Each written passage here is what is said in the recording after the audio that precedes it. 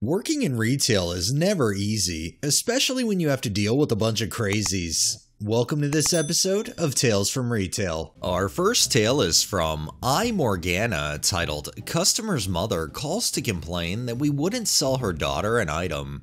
My manager told me this story, so I'm going by what she told me. I work in a big grocery store as a full-time cashier, and customers are not adjusting to our rules. We've blocked off all items that have been deemed non-essential. A lot of the time though, people will ignore those barriers and take items off the shelf, and then attempt to sneak through self-checkout with them. A lot of the time, they get caught. A lady in her 40s came into the store. She put items for a party, non-essential, in her cart and went to the checkout. My coworker told her right off the bat that she's not allowed to sell those items. The lady left her till and went to 3 different ones, hoping someone would ring her through. We all denied her. She left the checkout and circled the store so she wouldn't be seen going into self-checkout. She managed to pay for her items and left her card at the service desk so she could go to the bathroom. One of our front-end managers noticed all the birthday stuff in her cart and took it, so when the lady returned, she had to have everything refunded. She was mad, but took the refund. She left the service desk. After a little while, she came back through the self-checkout again, with the same stuff, hoping she would sneak through. One of the attendants caught her, and another front-end manager said if she cannot follow the rules, then she needs to leave. She left, and we thought that was the end of it. Nope. I was sitting at the service desk on my mini break when the phone rings. My manager went over and answered. A woman on the phone says she needs to speak to a manager. The conversation goes as she has told me. "I'm the manager, how can I help you?" "My daughter was just inside your store and you wouldn't sell her birthday candles?" "Yes, that's correct. She tried 5 different times, but we're not allowed to sell them." "Why the hell not? We need them." "They're a non-essential item by the saying of the government. I truly cannot do anything about it." "Why couldn't you make an exception? It was only candles." "It wasn't. It was a bag full of birthday stuff.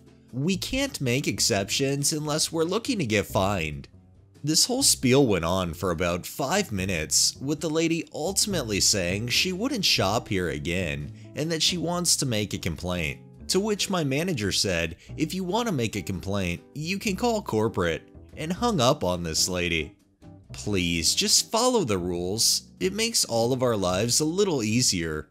If I've learned anything about humanity, it's if there's a rule, it's a rule that's meant to be broken, at least in the mentality of a lot of people. If people would have followed the rules when this whole pandemic started, we probably wouldn't be in this mess, and they would have been able to probably buy their birthday candles. Our next tale is by Slither and Ahiri, titled "It's Fine, the owner lets me back here."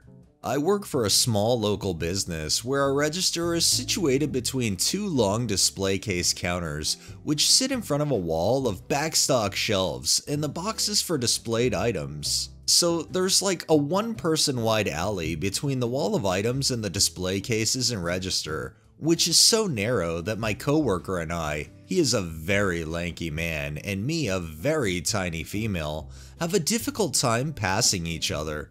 Between the employee side of the register being accessible, the tightness of the area, and the wall of poorly presented merchandise, it should be obvious to anyone that it's off limits to customers. That being said, enter Mega Karen and her husband. They're asking general questions and I'm answering them as they browse. It was going well at first, until Karen decides to slip behind the counter, followed by her husband while still talking to me. I'm like, "Excuse me, sorry, you can't be back there." While mindlessly browsing the empty boxes of items we have out in the display cases, she goes, "Oh, it's fine. I know the owner and she lets me back here." I'm thinking that may be true for all I know, but I absolutely have no clue who you are, so that doesn't matter to me. Also, it makes no sense because, again, everything back there is either an empty box or already on the floor, so why would she even let you back there to browse? I'm like, that's all back stock of what's in the displays anyway, and you're standing behind our register, so I'm going to need you guys to come back out here for me. You're on camera, and we can't let customers back there. She didn't even acknowledge me, but her husband starts grabbing at her, trying to pull her back. If you told the owner it was us, she'd be okay with it. They didn't even buy anything, and left shortly after. I forgot to ask the owner about whether she actually knew them or not, and it's been long enough now that I couldn't give her a description anyway. The empty boxes are all for high-ticket items. They're about the size of boxes that cell phones come in, and I feel like she thought she could try to slip some free stuff into her purse. I like how they tried to claim they knew the owner to be able to go back there, but I think everybody knows they didn't know the owner, and if they haven't been back since, well, it's pretty obvious they definitely did not know the owner. And our final tale is from Wolf99, titled, "Customer is Always Right, BS." I work in a fairly big international electronics store for 4 years now. As probably most of you, we have a lot of annoying customer types, even more, because we're in the area in the city where the average people and many high-income people cross paths. I have many tales, but focus on one first. Please know that English is not my main language. A lady comes in yesterday and was searching for a laser printer. She was fairly prepared and knew what she wanted, except one thing. She wanted a different color from that. She asked about it, and I told her that they don't make black for the printer, only white or grayish. She insisted that I should check in the system because it doesn't take long. I told her that even if there is a black version, it's not in our assortment. I told her I know it because other customers also want a black version of it, and many of us checked before. She kept insisting that I should check it, and she wanted me to check in other stores. But I denied and started to get angrier. I explained to her that to check other stores, I need the product ID from our system, but it's not in the system. Hence, we don't have a number for it. Finally, she gave up, but had to have the last word. So just one more time, she burped me to this. You know, it wouldn't take long to just check it elsewhere. I started to raise my voice, telling her that I can't check something in other stores if it's not in the system. I said some other things, but I tend to forget things when I'm angry. There are many people out there who ask something from us and don't believe in the answer because it's not what they want to hear. If you are not working in retail and you ask somebody who does and know the stuff, please believe us. If you don't believe us, don't ask. What's the point then?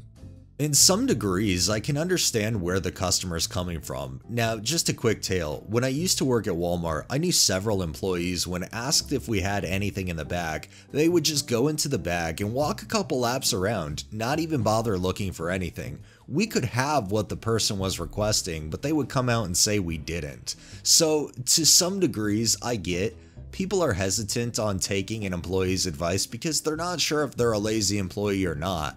However, 9 times out of 10, most employees try to do their job right.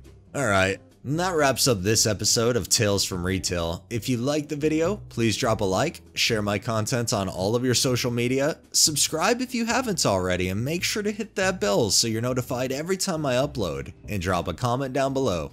Thanks for watching, thanks to my patrons, have a great day and stay safe out there.